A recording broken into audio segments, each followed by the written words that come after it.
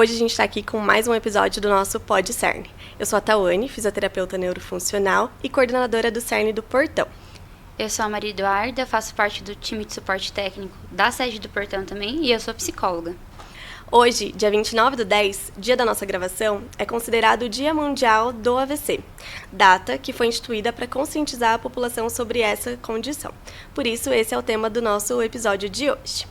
O AVC é a maior causa de incapacidade do mundo e existe uma estimativa de que a cada 4 adultos, um terá um AVC ao longo da vida. E, segundo a OMS, a cada 6 segundos, uma pessoa morre com AVC em algum lugar do mundo. Por isso, hoje nós temos o nosso convidado, Dr. Luiz. Eu vou apresentar ele para vocês conhecerem. O Dr. Luiz Penzo, ele é formado pela Faculdade de Medicina, pela Universidade Federal da Grande Dourados. Fez residência médica em neurocirurgia pela UEL, aqui em Londrina. Fez fellowship em neuroradiologia intervencionista pela PUC do Paraná. Fez observership em neuroradiologia intervencionista pela University Health Network no Toronto Western Hospital. E atualmente é chefe de neuroradiologia intervencionista no Hospital Santa Cruz e no Hospital Santa Casa de Curitiba. Né? Então, para começar, o que é AVC? Bom, primeiro queria agradecer o convite de vocês por estar aqui nesse dia tão especial e falando dessa doença tão importante que aflige a população. Então vamos lá. AVC é uma sigla para acidente vascular cerebral. Eu vou desmembrar essa sigla, palavra por palavra, para a gente poder compreender qual que é a importância dessa doença. Acidente, qual que é a primeira coisa, a primeira palavra? Quando a gente fala acidente, qual que é a primeira coisa que vem à nossa cabeça? Algo que é súbito, que é inesperado, que é uma pessoa que está caminhando de carro e de repente sofre um acidente, sofre uma colisão no trânsito. Então é algo que nós não estávamos preparados para tal. Então isso demonstra esse caráter de uma hora para outra. E é muito importante no AVC. A segunda palavra é vascular, que se refere aos vasos sanguíneos, seja artérias ou veias. E a palavra vascular, ele remete ao tipo de sistema que é acometido, que no caso são os vasos sanguíneos. E cerebral, por sua vez, remete ao local onde esses vasos são acometidos, que é o cérebro. Então, juntando tudo, acidente vascular cerebral é uma doença que acontece de uma hora para outra de um paciente que não está esperando, afligido nos vasos sanguíneos que está localizado na cabeça. Basicamente isso. Doutor, essa característica do AVC ser súbito é a principal característica, então. Tem pessoas que falam assim, mas há uma semana eu senti uma tontura, depois eu senti uma dormência. Isso não é uma característica do AVC. O AVC ele tem que acontecer naquele momento. Muito bom, Tawane. Essa questão do acidente, que é algo de repente, é algo que precisa ser muito enfatizado dentro do AVC. Porque na maioria das vezes, o paciente não recebe um aviso prévio. Não existe um sintoma que prediz o acontecimento do AVC. Igual você falou, algumas pessoas podem falar assim, doutor, mas eu não estou sentindo nada, por que eu vou ter um AVC? É justamente pelo fato de que é um acidente, é uma doença que acontece de uma hora para outra sem aviso prévio. E esse aqui é algo que eu sempre costumo dizer para meus pacientes, que é como se fosse o principal vilão que existe. Porque o nosso corpo, ele é projetado para se defender. Nós temos um bom vigia, um bom sistema de defesa. Por exemplo, se eu tenho infecção na garganta, vou ter uma febre, eu vou ter dor. Se eu tenho algum problema no meu osso, também vou sentir dor ou um processo de inflamação. Agora, o AVC, na maioria das vezes, ele não dá um aviso. Ele é um inimigo sorrateiro. Eu costumo dizer que ele é um intruso que chega sem pedir autorização e entra na nossa vida de uma forma inesperada. Então, eu já tive paciente que não sentia nada e questionou: doutor, mas eu não sinto nada. Justamente pelo fato de ser um acidente, a gente não precisa sentir alguma coisa para correr o risco de ter um AVC. Então, eu acredito que podcasts como o de vocês, profissionais como vocês, são fundamental nesse alerta à população, trazendo esse conhecimento esclarecimento de que não é como muitos podem pensar sobre o acidente vascular cerebral. O AVC é um intrometido que chega sem ser convidado e entra na nossa vida sem permissão. Por isso, você que está ouvindo aqui a gente no podcast, é muito importante compreender que o fato da ausência do sintoma não lhe garante a saúde ou uma prevenção para ter a qualquer momento um AVC. Podcasts como esse de vocês do CERN, profissionais como vocês, que trazem um esclarecimento para a população, são fundamentais para que as pessoas compreendam que o AVC ele não dá, na maioria das vezes, nenhum sinal antes de vir. Doutor, principalmente considerando isso que você falou de ser algo inesperado, de ser um acidente, eu fico muito reflexiva em relação aos jovens, né? Que muitas pessoas acham que só pessoas com maior idade, né, com uma certa idade, na verdade, podem ter um AVC, mas também acontece em jovens, né? Também acontece em jovens. Inclusive, acontece até em criança. Existem algumas doenças que são fatores de risco para desenvolvimento de AVC em criança. Como, por exemplo, a doença de moia-moia, que afeta os vasos sanguíneos de uma maneira que o sangue não chega de forma adequada. E no jovem, existem outras doenças também, como, por exemplo, a dissecção ou a malformação arteriovenosa, que podem ser doenças que causam AVC tanto do tipo isquêmico quanto hemorrágico. Então, não existe uma idade que nos deixe, como eu posso dizer, isentos da possibilidade de ter um AVC. Agora, o que é uma dissecção, o que é uma malformação, depois a gente pode explicar melhor cada uma delas. É que quando a gente pensa, chega a ser assustador, né? Se a cada 4 adultos, um vai ter um AVC ao longo da vida, se a gente pensar aqui nessa sala, pode ser que um de nós tenha. Então, de fato, é importante que as pessoas tenham essa consciência, né? Depois a gente vai falar mais sobre isso, mas né? Reconhecer os sintomas, fazer um socorro rápido. Isso é bem importante. Doutor, então, existem vários tipos de AVC, né? 3 tipos, na verdade. O ataque isquêmico transitório, o AVC isquêmico e o AVC hemorrágico. Você consegue explicar pra gente a diferença desses tipos? Então, vamos lá. Eu gosto de dividir em 2 tipos, isquêmico e hemorrágico. É que o transitório, ele é um AVC que não se concretiza. Por quê? Porque na realidade não existe um dano cerebral. O paciente tem um sintoma, mas ele melhora de maneira espontânea esses sintomas, porque o corpo de alguma maneira consegue se resolver. Na verdade, ele é um alerta de que alguma coisa não está bem, né? Até porque em torno de 30% dos pacientes que têm um ataque isquêmico transitório, nas 2 próximas semanas terão um AVC. Então, assim, só para definição, o que é AIT? O ataque isquêmico transitório é um déficit neurológico, seja perda de força, alteração de visão, que regride dentro de 24 horas, na maioria das vezes em 1 hora, sem lesão cerebral. Então, para garantir que não foi um AVC, tem que ter um exame de imagem, preferencialmente ressonância.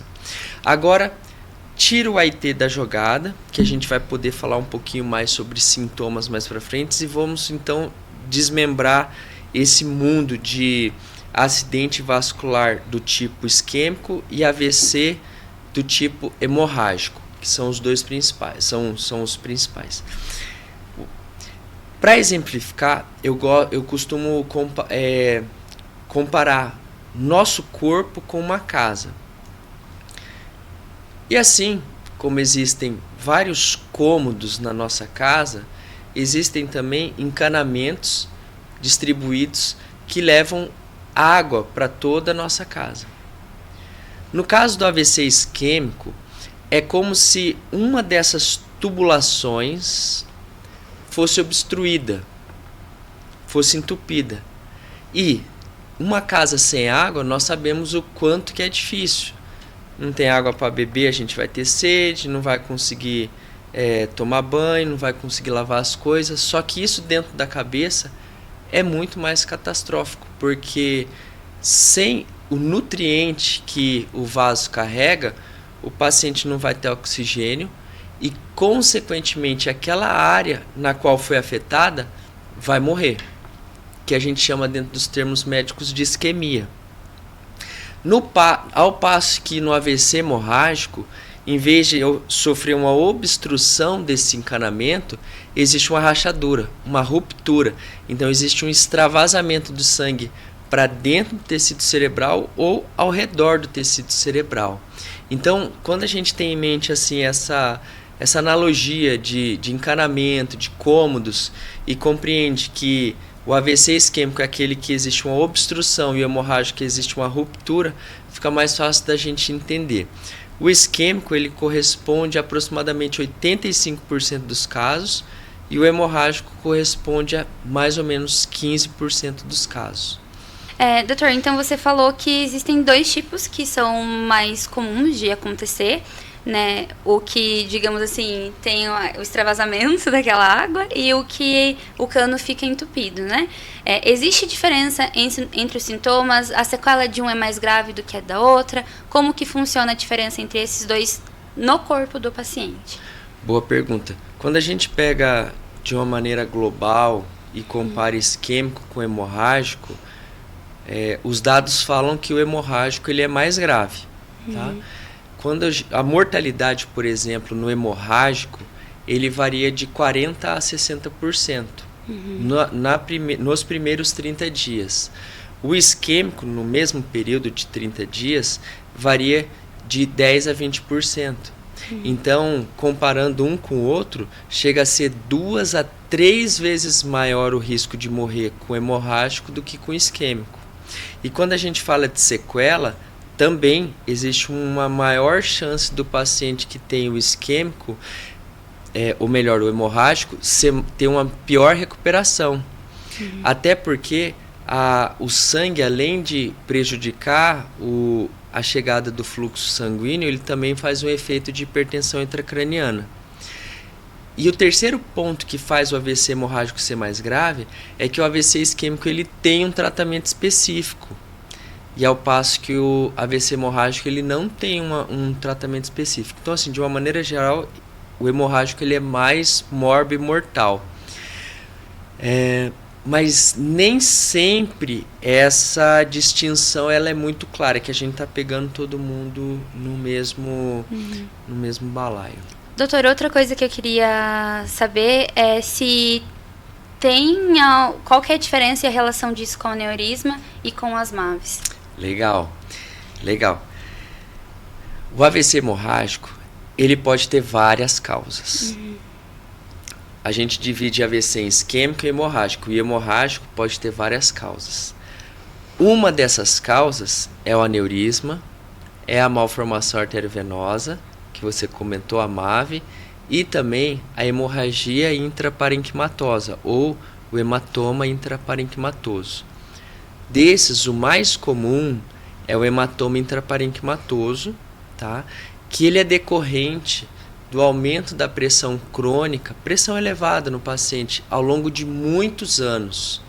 Isso faz com que uma das arterinhas bem pequenininhas da cabeça do paciente, microscópica, sofra uma dilataçãozinha e essa dilatação sofra uma ruptura pela pressão, tá? Esse é o mais comum. Só que existem outras causas de AVC hemorrágico menos comum. Dentre elas, o que você falou, a malformação arteriovenosa, que ela é uma malformação com uma predisposição genética, mas não congênita. A gente não nasce com ela, mas por uma predisposição genética acaba desenvolvendo ela ao longo da vida. que existe uma comunicação anormal das artérias e as veias dentro do paciente, ligada por vasos doentes, que a gente chama de nidos, e por um aumento da pressão nessa região acaba sofrendo uma hemorragia. É muito comum, ou a principal causa de hemorragia cerebral em paciente jovem. Agora, o aneurisma cerebral merece um grande destaque aqui, porque se eu fosse ter que classificar assim, qual é o pior AVC do mundo, com certeza eu escolheria o aneurisma cerebral, causando uma ruptura e uma hemorragia do tipo subaracnoide como principal vilão. Então eu vou tentar explicar aqui rapidamente sobre o aneurisma cerebral e a hemorragia que ele causa. Mas para isso a gente tem que entender algumas coisas.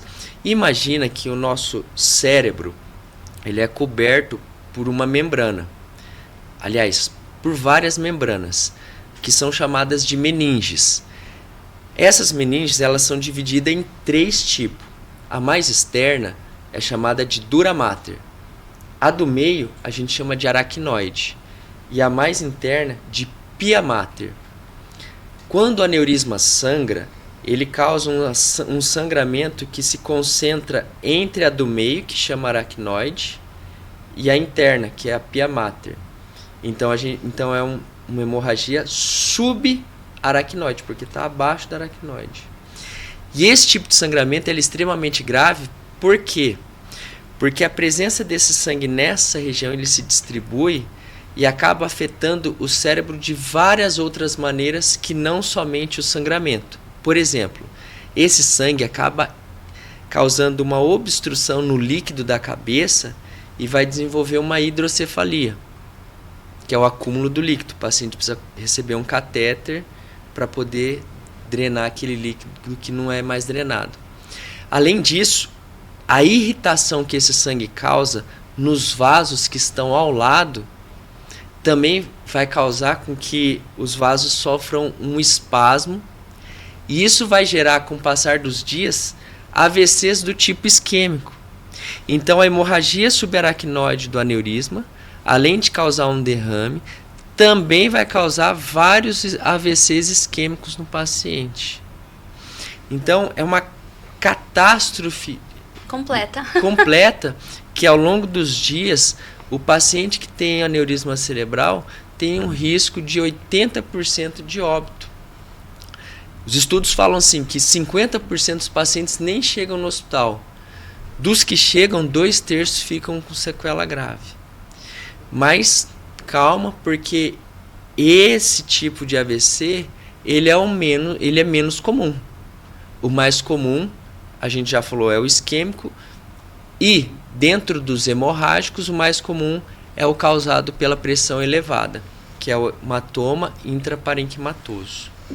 Doutor, você estava falando lá no começo que a principal característica do AVC é ser súbito. Mas, no caso do paciente que tem uma má formação ou um aneurisma, existe algum sintoma que indique pra gente, eu tô com algum sintoma, é melhor investigar, que talvez eu tenha alguma coisa? Na maioria das vezes não, né? Usualmente o primeiro sinal aqui de manifestação tanto do aneurisma quanto da MAVE são os sangramentos. O paciente com MAVE ele pode ter crise convulsiva, né? Mas não pode não ter, e o paciente do aneurisma cerebral pode ter dor de cabeça que antecede a ruptura ou não. A gente costuma chamar de cefaleia sentinela. Isso acontece até metade dos casos. E quando o aneurisma é grande, ele acaba comprimindo alguma estrutura do tecido cerebral ou dos nervos do paciente e causa algum déficit, seja de visão ou de força. Mas não é o mais comum. O mais comum, infelizmente, é o paciente sofrer de uma maneira súbita da hemorragia. Doutor, você falou que nesses casos mais graves, embora eles sejam mais ocasionais, digamos assim, eles não chegam nem a ir para o hospital, né, para o pronto-socorro. Qual que é a relevância, na sua visão, desse pronto atendimento, independente do tipo de AVC? Nossa, é fundamental. Eu acho que, por exemplo, na nossa cidade talvez fale nisso, de ter uma rápida resposta a esse tipo de paciente. Existem lugares que já são organizados que, quando o SAMU vai buscar o paciente em casa, eles já abrem um protocolo de AVC, ligam para o hospital de referência e a unidade de stroke, a unidade de AVC já fica preparada para receber ele. Não é uma realidade assim do Brasil como um todo, não é, nem de Curitiba. Às vezes o paciente demora para ser para a ambulância chegar, demora para chegar no hospital. Às vezes o médico pode negligenciar algum sintoma, chegar no hospital onde não tem o neurologista. Faz toda a diferença um serviço capacitado para receber esse tipo de paciente. A população também saber reconhecer os sinais, né, doutor? Se você puder até falar disso, existe até uma sigla, né, que chama SAMU, que as pessoas usam nas campanhas de conscientização, para tentar deixar claro quais são os sinais do AVC. Se a pessoa souber, talvez, informar para o serviço de emergência, talvez ajude, né, na regulação da vaga, no socorro mais adequado. Muito bom. O SAMU é um acrônimo que a gente usa para explicar para a população como identificar rapidamente o que é um AVC. S é de sorriso, você vai evidenciar se o paciente tem uma assimetria facial. A significa de abraço, quando o paciente vai te abraçar ou você pede para ele esticar os braços, pode haver uma tendência de queda de um dos lados, demonstrando essa perda de força e, consequentemente, a possibilidade de um AVC. Então, a gente falou S de sorriso, A de abraço, M de música, ou como pode dizer, mensagem. Então, nós vamos nesse momento testar a fala do paciente e a capacidade dele interpretar as coisas, porque o paciente pode perder a capacidade de fala, então perde a capacidade de mensagem. E por último, urgência, que diante de qualquer alteração de um desses, a primeira coisa que a gente precisa fazer é ligar para o SAMU. Mas isso é muito importante, para na hora da urgência, meu Deus, e agora o que é? Vir o acrônimo sorriso, abraço, mensagem, urgência. Mas como a gente tem tempo, eu gosto sempre de falar assim para os pacientes. Porque talvez esse é o tema mais importante aqui do podcast, né? Se um familiar seu passar mal, será que você consegue identificar que ele está tendo um AVC? Então, assim, quais são os principais sintomas do AVC? E eu gosto de usar uma metodologia, que é visão, fala, força e equilíbrio. Porque aí não passa nenhum tipo de AVC. Quando a gente fala de visão, qualquer tipo de alteração de visão. Uma visão dupla, uma visão embaçada, uma perca parcial da visão. Se foi uma alteração de uma hora para outra, tem que pensar em AVC. E talvez quem está em casa, é claro que tem que pensar em AVC, só que na prática não é tão simples. Principalmente falando de idoso, que muitas vezes não contam aquilo que eles estão sentindo. A gente só vai perceber quando ele começa a trompar numa porta, trompar em algum objeto de casa. Por quê? Porque ele não falou, nem ele mesmo percebeu que teve uma alteração de visão. Então, fique de olho na visão. Fique de olho na visão. Qualquer alteração de visão precisa considerar um AVC. E não sei se talvez já veio na sua cabeça aí alguma coisa. Sempre que a gente fala de visão, tem algo muito importante para ser dito, que é a amaurose fugaz, que entra aquela questão do ataque isquêmico transitório. A amaurose fugaz é quando o paciente perde a visão, só que rapidamente, após alguns segundos ou poucos minutos, ele restitui a visão. E muitos pacientes, por restituir a visão, acabam achando que não foi nada. Quanto, na verdade, isso é um grande indício de que ele está com a eminência para ter um novo AVC. Todas as vezes que a gente tem uma alteração de uma hora para outra da visão, nós precisamos procurar o pronto-socorro, independente se houver associação com outros sintomas ou não. Tá? O segundo ponto que eu gosto de falar é a fala. Né? Existem 2 tipos de linguagem. A área motora, que a gente chama de Broca, e Wernicke, que a gente chama de sensitivo. Então, quando o paciente tem uma alteração de fala e ele não consegue falar uma palavra, é mais simples. Só que muitas vezes a população confunde quando é uma alteração sensitiva. O que é uma alteração sensitiva? O paciente ele consegue falar, só que ele não tem a capacidade de interpretar aquilo que está acontecendo ao redor dele. Então a fala dele é desconexa com aquilo que está acontecendo. E muitas vezes os familiares julgam como uma confusão mental. E na verdade ele teve o quê? Um AVC. Tá? E a força, que é algo clássico, só que eu quero enfatizar um pontinho, que é quando a perda de força, ela não é uma perda completa. Já viu quando alguém às vezes acorda e está às vezes com o braço formigando ou amortecido e fala assim, deve ser um mau jeito, ou eu devo estar cansado. Acontece que o trato motor, ele corre ao lado do sensitivo. E às vezes pequenas lesões que dão alteração de força, também dão alteração de sensibilidade, pode enganar o paciente a respeito daquele sintoma. Então, por mais simples ou por menor que seja a perda de força, sempre ela precisa ser valorizada. E por fim, o equilíbrio. O equilíbrio é um ponto muito importante que eu sempre falo também, porque engana a população. A gente faz uma associação de AVC com perda de força, alteração de fala, mas tem AVC que afeta única e simplesmente a capacidade de equilíbrio do paciente. E geralmente ela vem associada com vômito e náuseas. Aí às vezes a pessoa pensa assim, ela está com intoxicação, alguma coisa que comeu. Eu vi um caso numa reportagem de um médico que recebeu uma jovem, achou que ela estava embriagada porque estava vomitando e andando cambaleando, enquanto na verdade ela teve um AVC. E depois esse hospital e esse médico foi processado. Por quê? Muitas vezes nós não associamos uma alteração de equilíbrio isolado, sem perda de força, com AVC. Então sempre a gente tem que pensar, visão, fala, força e equilíbrio, qualquer alteração dessas, de uma hora para outra, tem que pensar no AVC.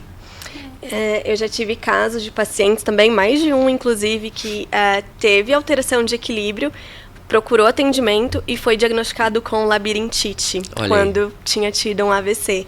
Então, de fato, né, é importante reconhecer um desses sinais, procurar um atendimento especializado, né, um neurologista para avaliar, descartar se não foi um AVC e encaminhar para o que for necessário, né?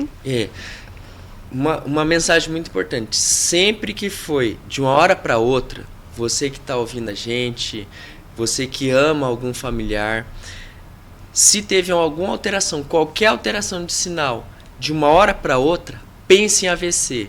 E quando chegar no pronto-socorro, se alguém quiser liberar, fazer qualquer coisa, fala assim, doutor, isso aqui não pode ser um AVC? E a gente tem que questionar, tem que aprender a dominar isso para que o paciente receba o melhor tratamento possível. Acho que é algo legal de falar, por exemplo, então a gente identificou o AVC, a gente viu quais são os sinais. E agora? O que a gente tem que fazer? Então, assim, a primeira coisa que a gente precisa fazer é levar para o hospital. Não perder tempo com qualquer coisa. Muitas vezes eu vejo familiar, vamos esperar para ver se os sintomas melhoram. Vamos esperar para ver se coloca um remedinho aqui para baixar a pressão, ou muito comum antigamente também da aspirina. E olha só que catastrófico, se você dá uma aspirina no AVC hemorrágico, está piorando o prognóstico do paciente. Então não pode dar nenhuma medicação.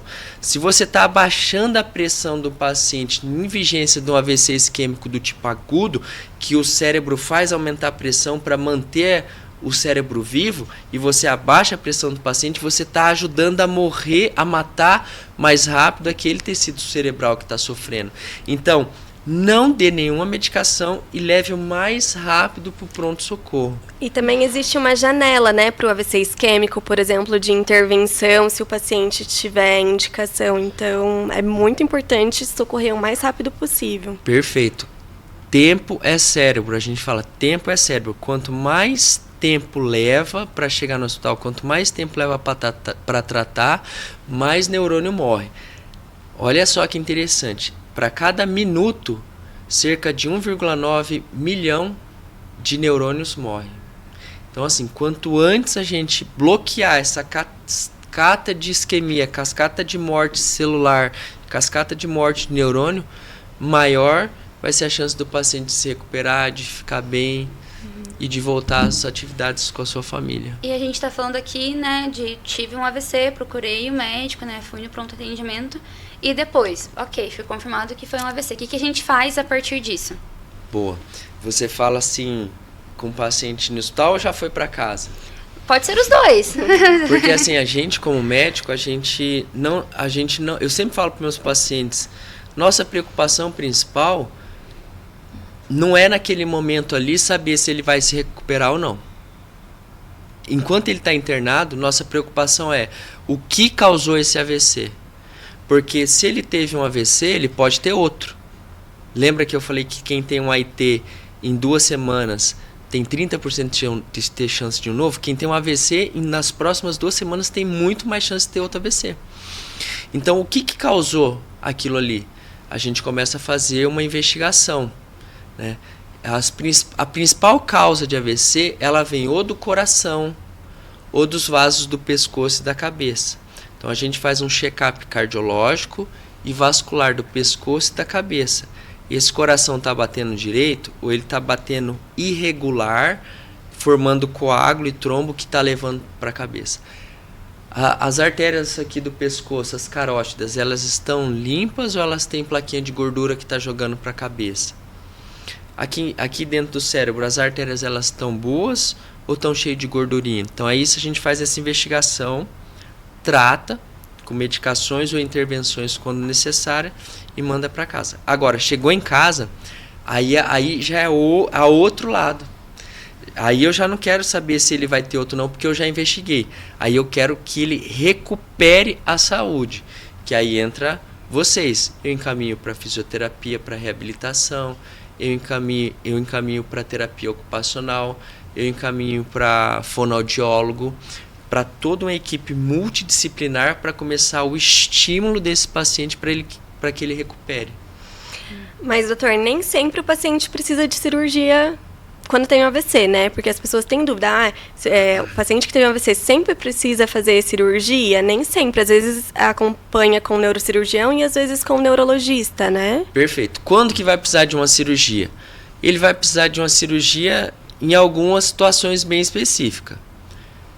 Primeira situação é quando existe um cirurgião especializado em AVC como eu. Vamos colocar todas as possibilidades aqui. Então, chegou um paciente, ele está dentro de 6 horas. Vou falar também da trombólise.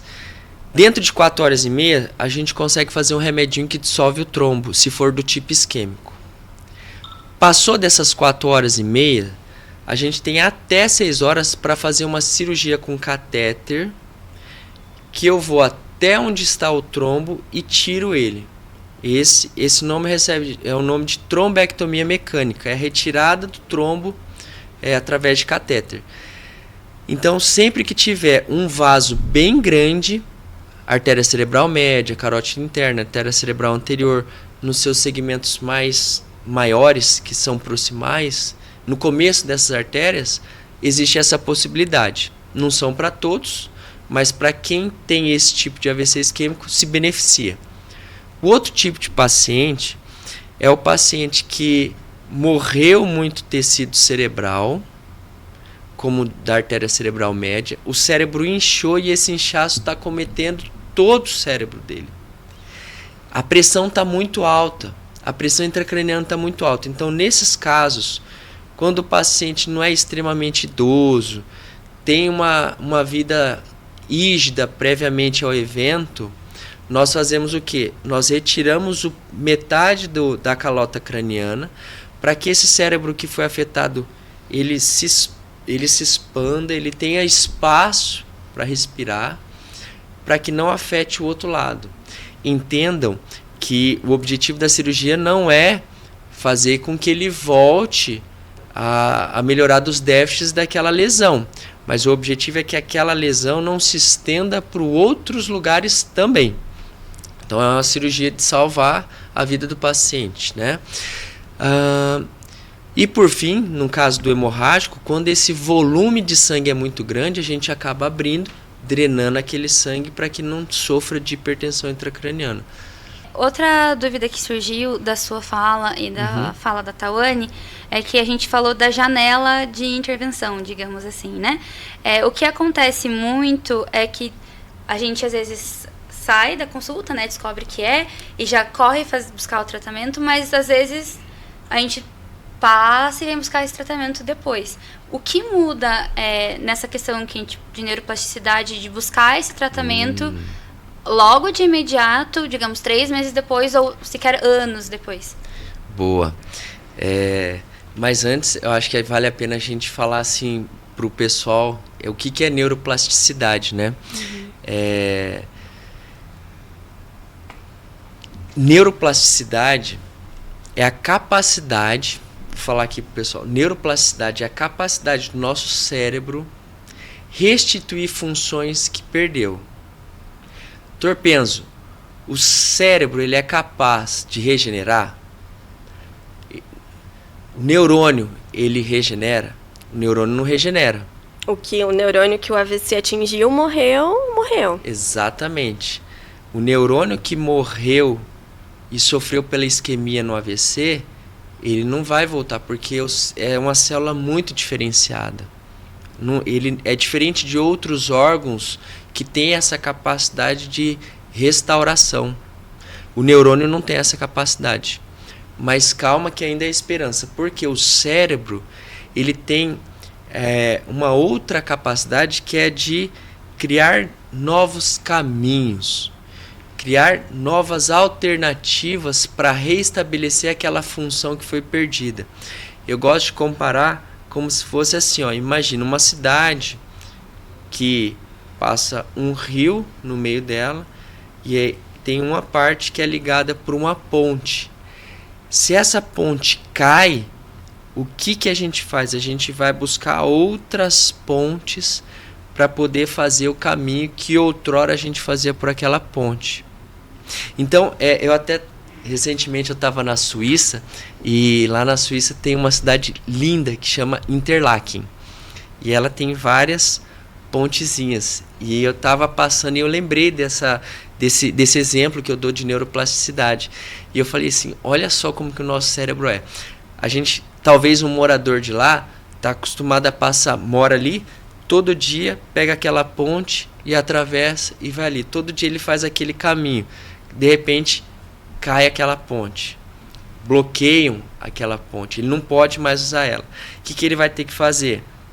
Ele vai ter que ir para outra ponte, talvez vai ter que caminhar mais, vai ter que se esforçar mais, vai ter que abrir um caminho onde não tinha, vai perder aquela vista talvez que ele já estava acostumado. Então é a mesma coisa no nosso cérebro. Para desenvolvimento da neuroplasticidade, a gente vai ter que dar estímulo, o cérebro não vai ser fácil, não vai ser de uma hora para outra, vai ser um processo de neuroadaptação. E aonde que entra vocês nisso é que quanto mais cedo, quanto mais rápido a gente começa esses estímulos, que poderíamos fazer uma analogia como construir pontes, melhor é a recuperação do paciente, tá? Quanto mais rápido é dado o estímulo para o paciente, maior é a capacidade dele criar novos circuitos. Mas isso não significa que um paciente que não teve a oportunidade antes, que ele não vá se beneficiar. Dei uma aula uma vez para um colega meu e eu fiz uma pesquisa, e a verdade é que até o dia que o nosso cérebro parar de funcionar, isto é, até o dia que a gente morrer, enquanto a gente estiver vivo, é possível estimular a neuroplasticidade. Na verdade, a gente está aqui, está estimulando a nossa neuroplasticidade. Não é só quem tem AVC.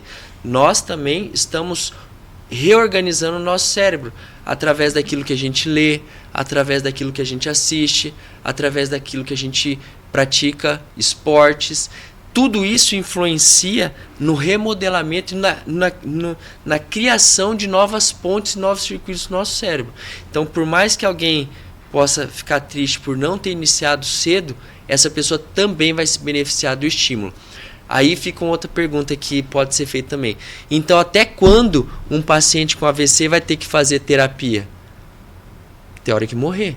Porque enquanto ele estiver vivo, ele vai se beneficiar de... Quando é que eu dou alta para um paciente que desenvolveu um déficit motor persistente? Até a hora que ele morrer. Porque enquanto ele estiver vivo, ele vai se beneficiar de estímulo, de uma fisioterapia, de uma terapia ocupacional. Isso é muito importante, porque é comum os pacientes chegarem pra gente na reabilitação, por exemplo, 6 meses pós-AVC, e falar, mas eu já tenho 6 meses de lesão, eu vou recuperar alguma coisa? Mas os processos de neuroplasticidade, eles são mais intensos nos primeiros meses, mas eles continuam acontecendo, né? E a gente sempre fala na reabilitação, o paciente, ele sempre tem algum potencial. Então, um paciente avaliado por um fisioterapeuta especialista, por uma terapeuta ocupacional especialista, por um fono, enfim, né? A gente sempre vai encontrar as potencialidades desse paciente e conseguir estimulá-lo da forma certa. Então, é bem legal essa sua fala sobre a recuperação do paciente. Perfeito. E a gente não sabe onde que tá essa ponte. Se está no começo da construção, no final. Eu nunca tirei a esperança assim, porque não teve nenhuma evolução até agora, não vai ter depois. Pode ter. Sempre pode ter. Enquanto estiver vivo, tem chance.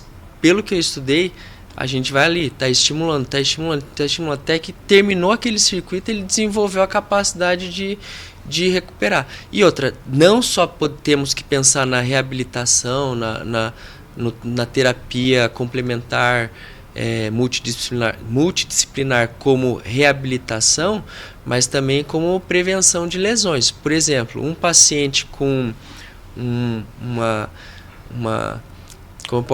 uma rigidez de um tendão por não uso é catastrófico, porque vai ter que fazer cirurgia para liberar, vai ter que fazer as consequências, dor. Então, assim, as limitações são muito maiores. Então, sempre tem que estar fazendo esse tratamento.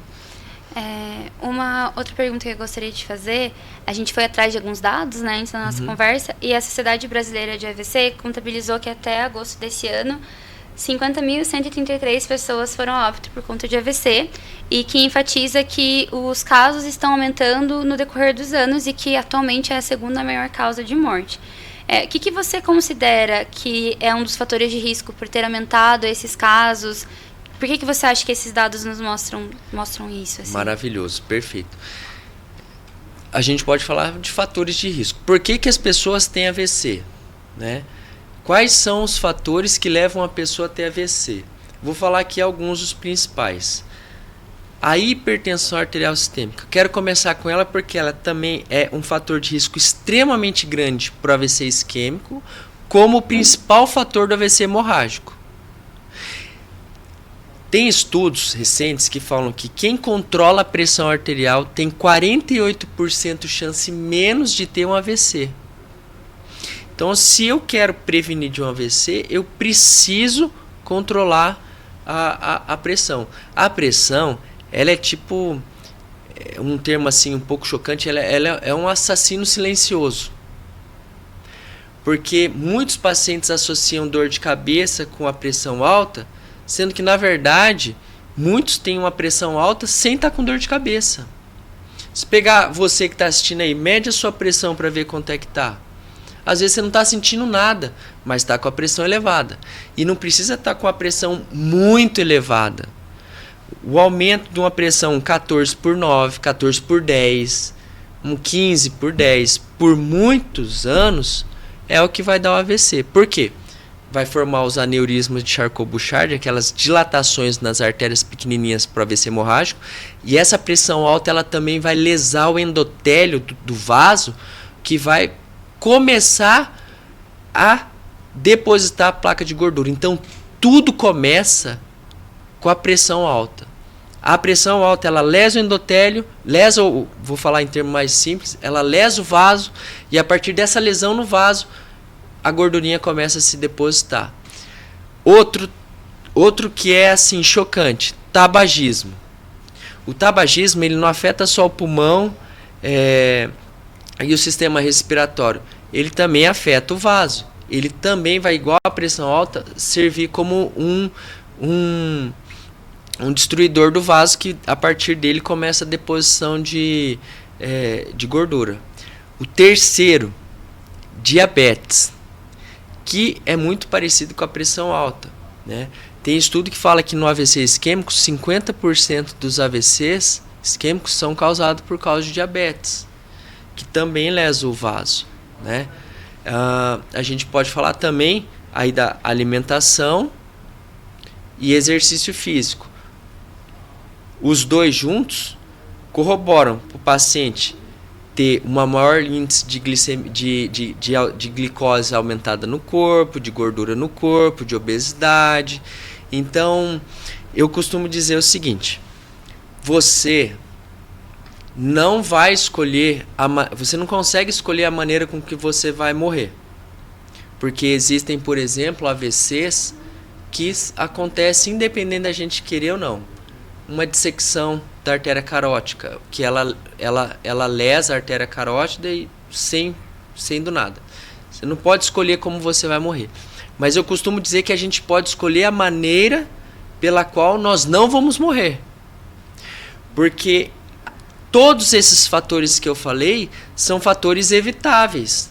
E a partir do momento que eu cuido da minha saúde, eu estou prevenindo de ter um AVC. Excelente. Doutor, para terminar, a gente gostaria de te perguntar qual é a importância da equipe multidisciplinar no acompanhamento desses pacientes pós-AVC para você. Eu fiz residência na mesma época que você, né, na UEL, então eu sei que você é um grande apoiador do setor de reabilitação para esses pacientes. Então eu gostaria que você comentasse isso, qual é a importância desse acompanhamento, porque eu sempre digo assim, às vezes as pessoas não sabem que tem que procurar um fisioterapeuta neurofuncional, um terapeuta ocupacional com formação específica. E isso é muito importante, porque se a gente está tendo um AVC, a gente não vai procurar um clínico geral, a gente vai procurar um neurologista, um neurocirurgião. Então, eu gostaria que você comentasse sobre isso. Eu costumo trabalhar assim com as melhores pessoas, porque isso vai determinar o melhor desfecho para o meu paciente. Isso não é só o profissional médico, são todos aqueles que a gente falou aqui, ó: fonoaudiólogo, fisioterapeuta, terapeuta ocupacional, psicólogo. Depois eu vou falar um pouquinho disso. Mas assim, Tawane, é nítido a diferença de um paciente que recebe um tratamento de um especialista, como vocês, tá? E de pessoas que não dominam tanto o conhecimento quanto uma equipe especializada. Tem até um versículo que está em Oséias 4,6 que fala assim: o meu povo perece por falta de conhecimento. E eu acho que é super aplicado aqui. Às vezes, quando o paciente se dá com um profissional que não é capacitado, ele vai ou ajudar pouco ou deixar de dar o melhor potencial para aquele paciente, se não prejudicar o paciente. Eu tenho um exemplo aqui de um médico que é paciente meu, que foi submetido a uma cirurgia e teve um AVC de cerebelo. Perdeu o equilíbrio e não estava mais andando. Ele chegou e falou assim: doutor, eu vim procurar você porque eu queria saber se existe alguma coisa ainda na Terra, na face da Terra, que eu não tenha feito que possa me ajudar.